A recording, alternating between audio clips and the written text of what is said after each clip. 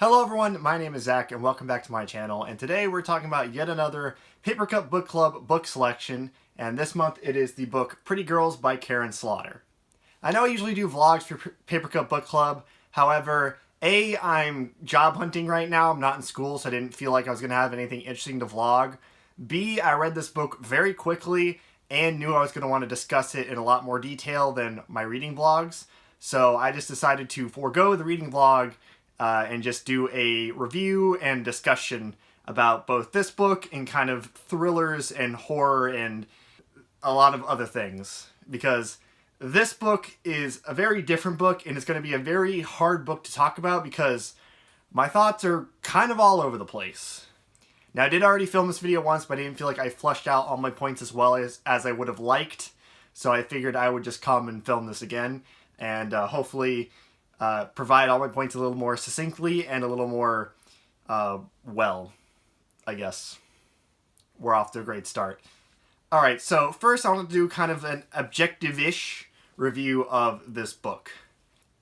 Now, not being a huge fan of thrillers, I really think thrillers can really succeed in one of two ways. One can be kind of a pedal-to-the-metal, exciting plot where a character's going in and out of dangerous situations and just, you know, great action set pieces, great twists and turns, and just acts of bravery, that kind of thing.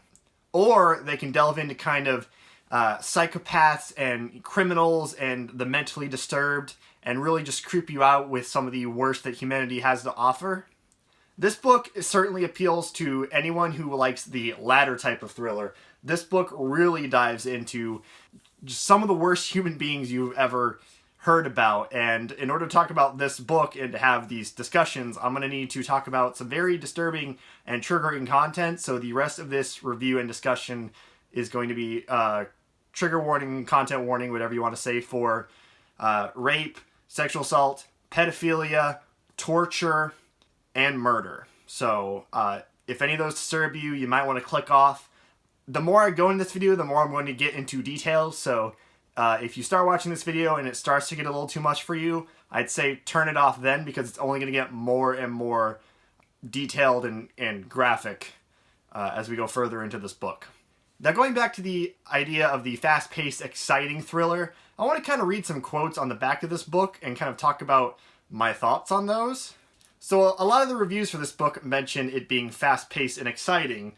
Lee Child says, a stunning family tragedy and a hold-your-breath, pedal-to-the-metal thriller magically blended by Karen Slaughter's trademark passion, intensity, and humanity. And Michael Connelly says her character's plot and pacing are unrivaled. I don't really know if it earns a lot of those quotations because, in my opinion, the book is very slow for the first half. The book spends a majority of the first half revealing disturbing information and kind of going into the villain's activities and kind of the main character's deciding if what she's seeing is real because she's seeing videos of disturbing things, and she's trying to decide, is it real, is it fake, and she's trying to decide, you know, can she trust the police and what the police are telling her. And while, again, I think if you're looking for disturbing stuff, if you're looking for psychopathic, sociopathic behavior, that first half's really going to do it for you. But if you're looking for, you know, acts of bravery and great twists and turns and scenes, that first half is a little bit of a slog to get through. I think the second half of this novel really suffers as well because Karen Slaughter spends so much time with the disturbing stuff that by the time she gets to the actual plot and the character having to do things and be brave in the second half, she kind of has to fly through it because she didn't spend enough time doing that in the first half. She really spends the first half kind of doing a lot of setup, a lot of time with the characters, and while it's not necessarily bad, I think it kind of hurts the pace, and instead of feeling like a fast-paced book, it feels like a book that doesn't do enough in its first half and then has to kind of fly through the second half, which I wasn't super happy with. Speaking of introducing our characters, I want to quickly talk about the two main characters of this book, Lydia and Claire. So Lydia and Claire are sisters, and their younger sister disappeared in 1991, and it's kind of them finding out what happened to her, and there's a bunch of twists and turns along the way. I'm trying to keep this first part mostly spoiler-free if you haven't read it. But I think what Karen Slaughter wanted to do was make her characters flawed, and she does that in a way that I did not really appreciate, and I'm going to pull up some quotes to tell you why. Before I read these off, I just want to say Karen Slaughter's not unique in doing this. This is something I have seen a lot in Stephen King's work, and I have called him out on that too. So don't think I'm like singling Karen Slaughter out, or that I would only call Karen Slaughter out for some reason. I don't know. People like to cherry pick and notice that you say things about minority authors or female authors, and not when you do it for male and other majority authors. So like, don't think I'm specifically saying Karen Slaughter is the only one to do this. I will call anyone out regardless of what demographics they belong to. So don't subtweet me is what I'm saying. I hate that I have to say that, but I feel like if I don't, I'm going to get subtweeted. So there you go. Anyway, long spiel over. Zach, read the quotes. Okay. So I believe one of each of these quotes comes from each main character, but I'm just going to read them off and then we're going to dive into it. One character says, her only regret about their sex life was that she couldn't do it wearing a burqa. And then another character says, was it racist to assume that rich white people were only robbed by black or Hispanic gang members, or had Claire listened to too much rap music in spin class? So I think what Karen Slaughter wants to get across with these quotes is that these characters are realistic. They are kind of your average suburban, low-key, racist bigots. I don't know how to really convey this idea, but you know, those people you meet in like middle-class America who say things that are just a little racist, but they're not really racist. And while I know, yes, that's realistic, and that, you know, if you're trying to represent kind of white suburban America, a lot of people are like this, I still think it's kind of misguided, and I really don't like it. I think if you're going to include this in a book for a character, especially a character that you're supposed to like, there should be some level of discussion. They should get called out for it, or someone should complain about it at some point, and they should have to reflect on those things that they said or that they think. And there's no discussion of this. They're never really brought up again. There's just a casually Islamophobic and a casually racist comment thrown in by each of the characters to show, oh, they're flawed because they don't understand other parts of the world, or they have low-key racist ideas. That doesn't make me want to root for them. That makes me actively dislike them because they're low-key racist or saying low-key Islamophobic things. And this might be a personal thing because, especially for the burqa comment, I had a very close classmate in middle and high school who was an Islamic woman, or who is an Islamic woman, and it's really uncomfortable to read that knowing the kind of point and idea of the burqa and hijabs and other sorts of Islamic head coverings. To have it used in conjunction with the idea of sex just really feels really disrespectful, and as someone who tries to respect everyone's religious practices and beliefs, I just was really uncomfortable with that and really disliked that. Part of it, I think, is that these characters are mostly likable, and they have other mistakes, and they do other things that makes them flawed characters. One character lashes out of anger and starts breaking a bunch of stuff, and the other character came from a life of drugs where she had to overcome addiction and all sorts of other stuff. So, like, I don't really feel like these low-key racist comments were really needed to get across that they're flawed. They were flawed with or without these comments, so to throw them in just serves to make them just a little less likable. However, on the whole, I do think they're okay. They're mostly sympathetic, but I think that might have to do with how unlikable the villain is, and not really how the main characters are in themselves. So there's your long diatribe. I find I usually typically have a long, nitpicky monologue in my reviews, so there was that for this one. Alright, so next I want to talk about kind of the disturbing aspects of this book, and as I said, I'm going to try to keep this part as vague as possible, and then we're going to go into more detail later, but there is rape and sexual assault in this book. They are described in pretty graphic detail. You see it on the page quite a bit throughout this novel, and if that's what you're wanting out of this book, you want to see that disturbing content, this is probably going to be a 5 out of 5 read for you. However, if you're not wanting that, you're wanting an exciting plot, or, you know, some other deeper thriller story, I don't know what else really to say, I don't know how much this is going to really do for you.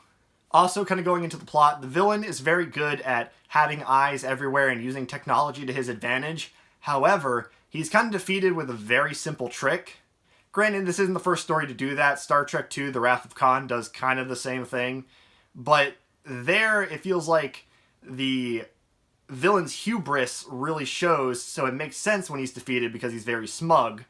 And it just feels like, I don't know, it feels like the villain should have seen through this and maybe, you know, he realizes it and then they don't know what each other's doing, and that would be a little more exciting because you'd have, you know, one plan fail and then you kind of have to have a standoff where now the character has to rethink of a new plan and the villain's trying to figure out how to get the edge back up on the main character, and that just didn't happen.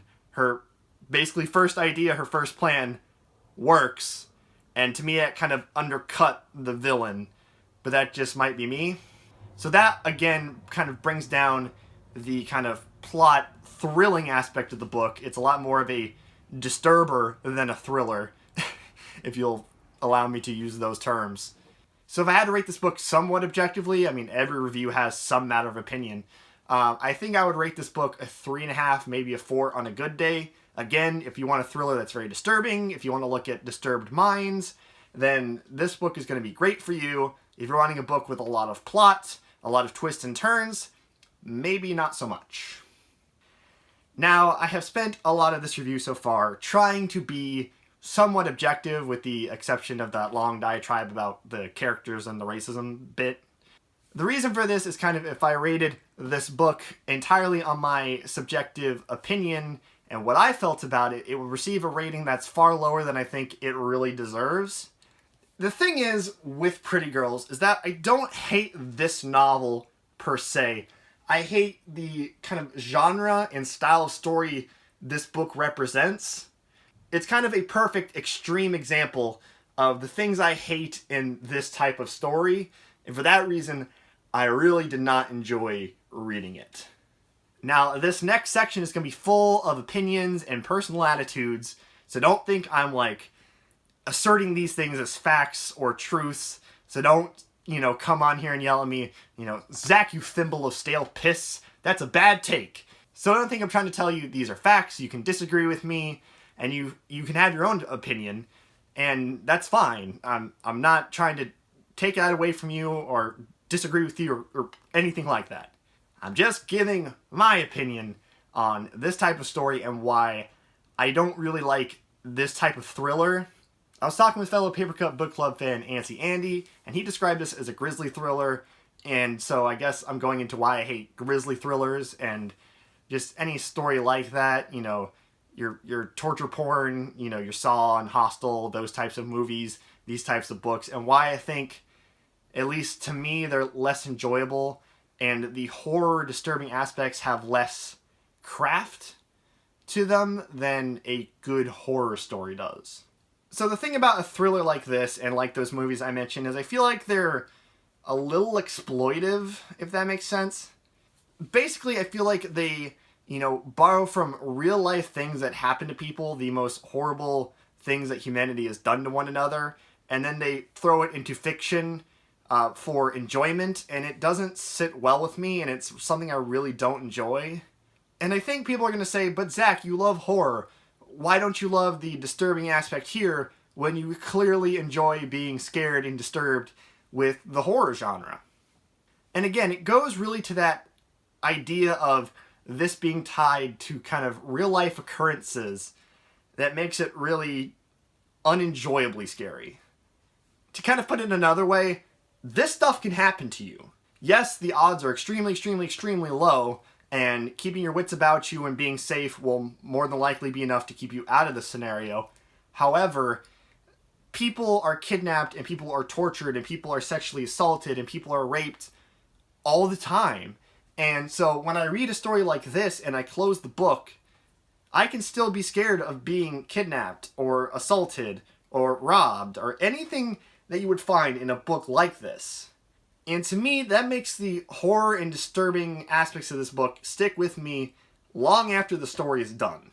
Contrast this to horror, where if I start to get scared, I start to get creeped out, I close the book, put it down, suspension of disbelief kicks back in, and there's nothing to worry about. I know some people have problems turning off their suspension of disbelief, and if that's you, I'm not judging you. Everyone's different, but me personally, I've never had that problem ever since I started reading horror. As a kid, that was a little different, but as an adult, never bothered me. I know that there's no shape-shifting clown that's going to come into my room and attack me. There could be some crazy man that breaks into my house. Also, kind of going to that idea is I feel like writing horror and disturbing aspects in this way doesn't take nearly as much work or craft. And I'm going to kind of explain what that means, because that sounds really kind of elitist, and I'm sorry, I realize it does, but again, this is my opinion, and I'm gonna explain it to you. So, to come up with the disturbing aspects of this book, all you really would need to do is watch a bunch of episodes of Dateline or 2020, any type of true crime show. Find the things that really disturb you and creep you out, the really horrific details that those shows go into, and then you find ways to have the villain do that in your book. It can practically be written for you, as long as you make the plot support it to where they can get away with it long enough to be done. Horror, at least good horror, is the complete opposite. You have to put in so much legwork. You need to come up with lore and rules, and you have to come up with an interesting design for your monsters most of the time. And kind of the great thing to me about a good horror story, specifically a good monster, is you have to tie in kind of a real-world fear into kind of this metaphor or this symbolism and talk about it in a kind of abstracted way. And that abstraction, that metaphor, that symbolism, whatever the case-by-case basis is, to me, makes a story a lot more interesting and makes it detached enough where I feel like the discussion can still happen and I can still hear about it without just reading about a woman getting waterboarded by a squirt bottle of piss.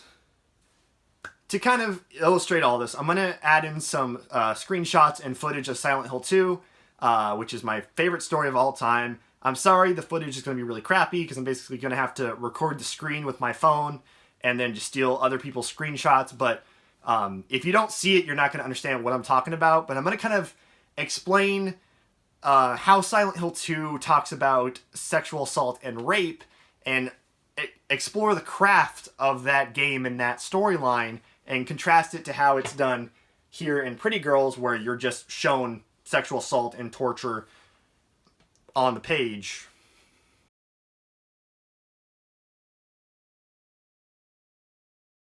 So there's a side plot of Silent Hill 2 involving a character called Angela Orozco, who is supposed to be a teenager even though she looks a little older and she sounds a little older, which I'm going to come back to why they did that in a little while.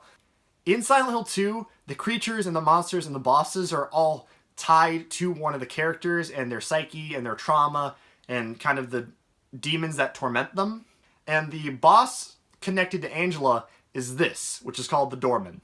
Now, you're probably looking at this wondering, Zach, what the hell am I looking at?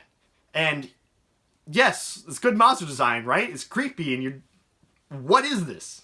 Well, when you walk in the room and you see this creature, Angela is in the room screaming, "No, daddy, please don't." Then you fight the monster. Then, in the cutscene that follows this boss fight, she tells the main character, James, "Men are only after one thing. Why don't you just go ahead and say it? Or you could just beat me up and force me like he always did." So basically they're hinting that Angela was sexually assaulted and raped by her father. With all that information, look at this monster again. Does it make a little more sense now? Just look at this rectangular base. Does that not look like a bed? And what's on the bed? What's happening on the bed? Yeah, this is an abstract representation of sexual assault that is tied into a monster.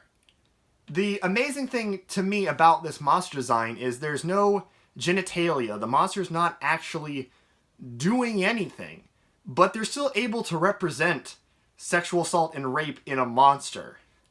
And then going off the idea of craft, look at the room that this boss fight and this cutscene takes place in. Look at the walls. Tell me what that looks like.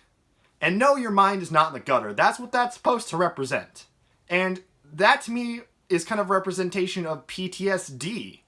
Being in the room is almost as bad as reliving the thing that's happening. And a lot of PTSD sufferers and victims, whatever word is correct there, cannot go back to the place where things happen to them because it brings those horrible memories back to them.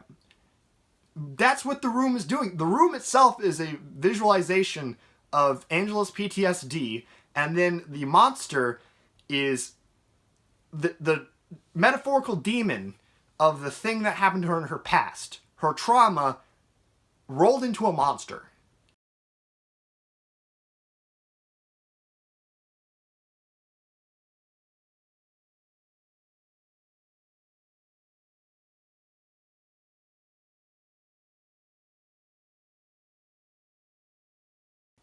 And again, they managed to comment on sexual assault and represent sexual assault and make this disturbing monster and this disturbing imagery without ever once showing genitalia or saying the words rape or sexual assault. And that to me is way more interesting, way more worth my time, and just way more enjoyable than just seeing sexual assault happen on the page. Yes, it's disturbing, more disturbing than the game because you're seeing it really happen, but to me, you're just triggering my empathy and my disgust by having this horrendous thing happen in front of my eyes versus having to put the work into to abstract it and make it off-putting because deep down you kind of know what you're looking at, but you never actually see it or hear it. And again, this abstraction and symbolism and metaphors, to me, is what makes horror interesting and worth being creeped out and disturbed when it manages to do it. Granted, Silent Hill 2 is one of the few times horror has actually disturbed me since I actually got into horror when I was like 14. But do you see what I'm getting at? Good horror talks about disturbing topics without actually showing them by adding in some sort of symbolism or twist.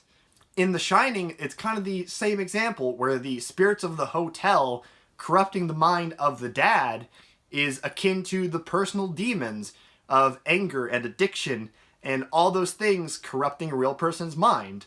Real world danger and horrific things abstracted and made into a metaphor. That is why I read horror, and I just don't get that from a thriller. I just get it thrown into my face in a way that's so blatant that it's unpleasant. Granted, horror's not supposed to be pleasant, but it's I don't know what words I'm looking for. It just doesn't... Again, it feels almost gross in a way by just throwing real-life suffering onto the page. And if you enjoy books like this because they're disturbing in that way, I'm not judging you. I'm just saying I personally don't enjoy it and I personally don't like it. It's your right to enjoy it, your right to read it, your right to write it. But I just think I'm kind of done with this type of thriller. I kind of have an interest in like spy thrillers like your Tom Clancy or your James Bond. But for these grisly thrillers with psychopaths and criminals, I don't know that I'm ever going to do it again. I'm proud of myself for getting through this book. I didn't read this out of like some obligation to the book club or to fans of the book club or to the host of the book club or to Kat or anybody. I read this because I wanted to see if I could get through it, and I did get through it, and I'm proud of myself. But I don't think I'm ever going to do it again because it wasn't a fun experience and it wasn't a pleasant experience, and it's just not something I enjoy. So that being said, if this book club or any other book club that I participate in picks a thriller like this, I will probably skip out next time.